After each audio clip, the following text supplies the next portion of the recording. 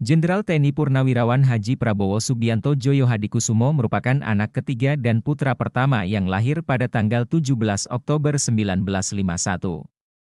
Ayahnya bernama Sumitro Djoyo Hadikusumo yang berasal dari Kebumen, Jawa Tengah.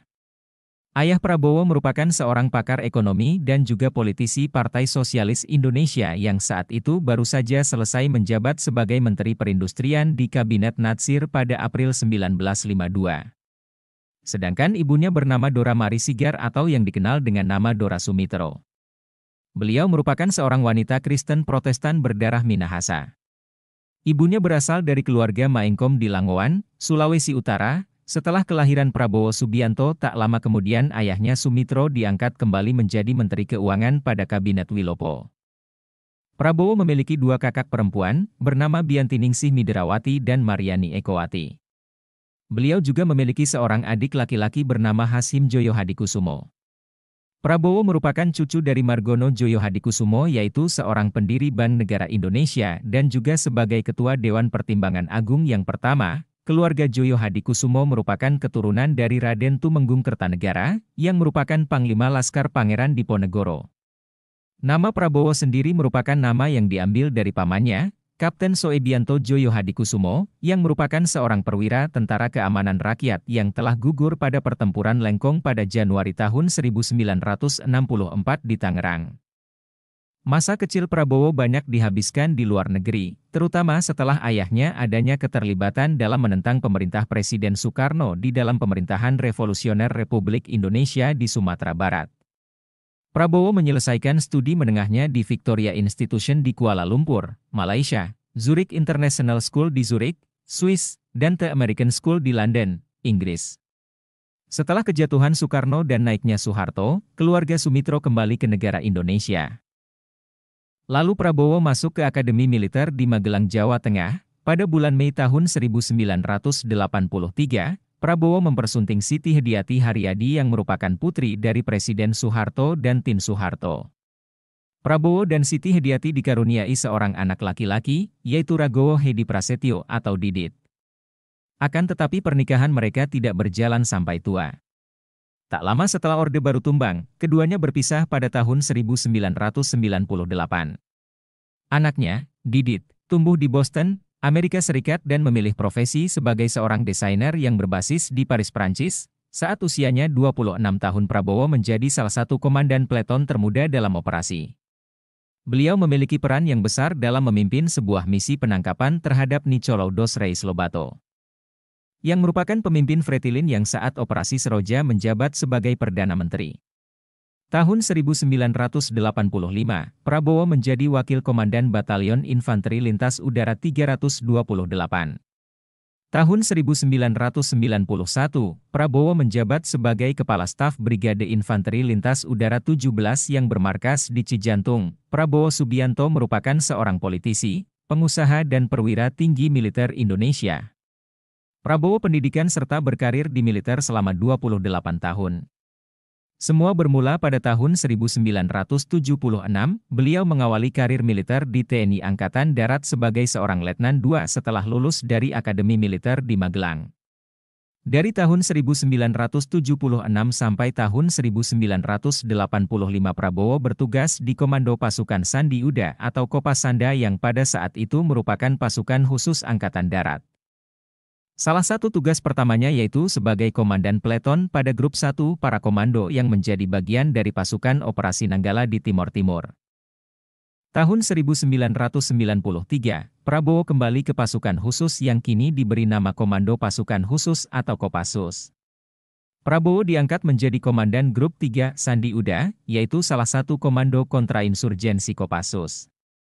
Seterusnya Prabowo menjabat sebagai Wakil Komandan Komando di bawah kepemimpinan Brigadir Jenderal Agung Gumelar dan Brigadir Jenderal Subagio Hadisiswoyo. Desember tahun 1995, Prabowo diangkat sebagai Komandan Jenderal Kopassus dengan pangkat Mayor Jenderal. Salah satu tugas pertamanya adalah operasi pembebasan Sandera Mapenduma. Tanggal 20 Maret 1998, Prabowo diangkat menjadi Panglima Komando Cadangan Strategis Angkatan Darat dengan jabatan yang pernah disandang ayah mertuanya. Prabowo membawahi sekitar 11.000 pasukan cadangan ABRI. Setelah Prabowo meninggalkan karir militer, beliau memilih mengikuti karir adiknya menjadi pengusaha. Dalam dunia bisnis, Prabowo memiliki dan memimpin 27 perusahaan di negara Indonesia dan juga di luar negeri. Prabowo menjadi presiden dan CEO PT Tidar Kerinci Agung yang bergerak dalam bidang produksi minyak kelapa sawit, lalu PT Nusantara Energi yang bergerak dalam bidang migas, pertambangan, pertanian, kehutanan dan PAL, dan juga PT Jaladri Nusantara yang bergerak di bidang perikanan. Karirnya dimulai dengan membeli Kiani Kertas, perusahaan pengelola pabrik kertas yang berlokasi di Mangkajang, Kalimantan Timur. Sebelumnya Kiani Kertas dimiliki oleh Bob Hasan, pengusaha yang dekat dengan Presiden Soeharto. Prabowo juga membeli Kiani Kertas menggunakan pinjaman senilai 1,8 triliun rupiah. Nama Kiani Kertas diganti oleh Prabowo menjadi Kertas Nusantara. Kelompok perusahaan Nusantara Group yang dimiliki oleh Prabowo juga menguasai 27 perusahaan di dalam dan luar negeri. Usaha yang dimiliki Prabowo bergerak di bidang perkebunan, tambang, kelapa sawit, dan batu bara. Karir politik dari Prabowo Subianto dimulai saat dirinya akan mencalonkan diri sebagai bakal calon presiden Indonesia dari Partai Golkar pada konvensi Capres Golkar tahun 2004. Meskipun lolos, pada akhirnya Prabowo kalah suara oleh Wiranto, bersama sang adik, Hasyim Joyo Hadikusumo, mantan aktivis mahasiswa Fadlizon dan mantan Deputi 5 Badan Intelijen Negara bidang penggalang Muhdi Purwopranjono serta sederet nama lainnya. Pada tanggal 6 Februari tahun 2008 mendirikan Partai Gerakan Indonesia Raya atau Gerindra.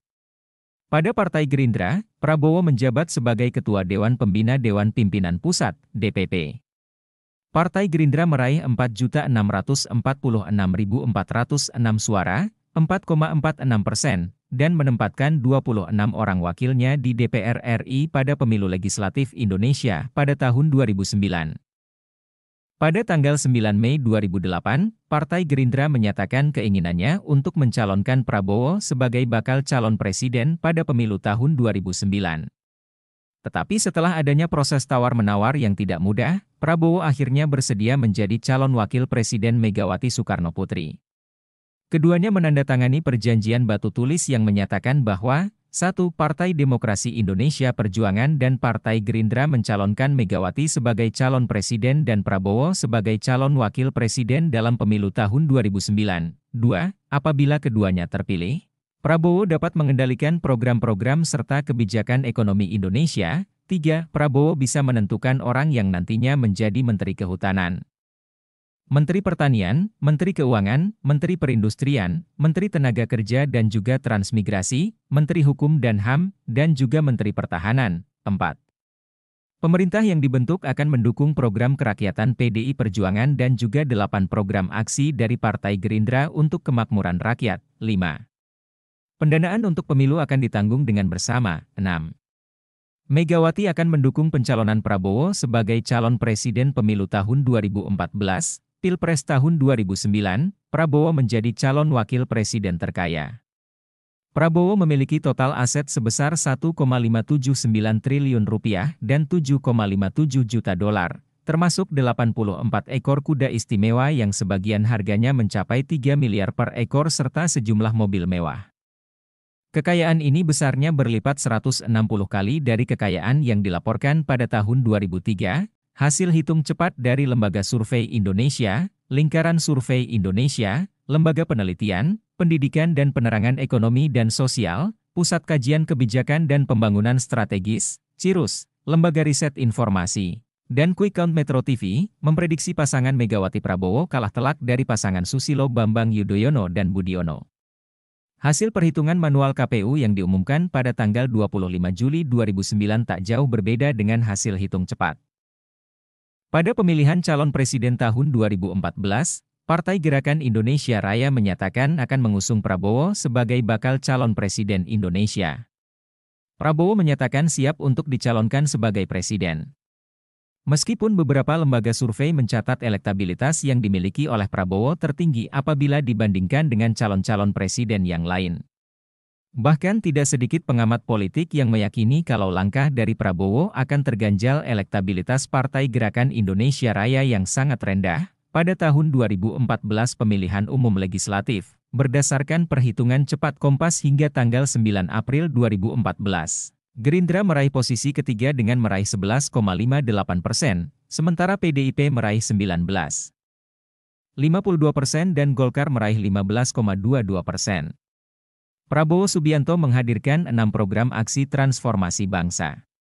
Dalam kampanyenya, Prabowo menyatakan apabila terpilih menjadi Presiden Republik Indonesia, Prabowo ingin membangun ekonomi yang kuat, berdaulat, adil dan makmur, melaksanakan ekonomi kerakyatan, membangun kedaulatan pangan dan energi serta pengamatan sumber daya air, meningkatkan kualitas pembangunan manusia Indonesia melalui program pendidikan, kesehatan, sosial dan budaya, serta membangun infrastruktur dan menjaga kelestarian alam serta lingkungan hidup, serta membangun pemerintahan yang bebas dari korupsi, kuat, tegas dan efektif. Pada pemilihan Presiden 2019, Prabowo kembali maju dengan menggandeng Sandiaga Uno sebagai cawapresnya.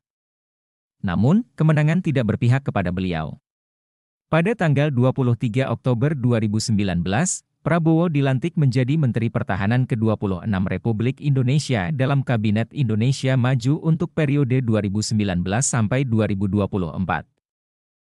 Rapimnas Gerindra menetapkan Ketua Umum Prabowo Subianto sebagai capres yang bakal diusung di Pilpres 2024 mendatang. Rapimnas telah menetapkan Ketua Dewan Pembina sekaligus Ketua Umum Prabowo Subianto sebagai capres pada Pilpres 2024 serta segala hal yang berkaitan dengan proses pemilihan presiden dan wakil presiden, kerjasama partai politik, dan strategi pemilu, akan diserahkan sepenuhnya kepada Prabowo. Rapimnas Gerindra digelar di SICC Sentul, Jumat Sabtu, 12 hingga 13 Agustus 2022.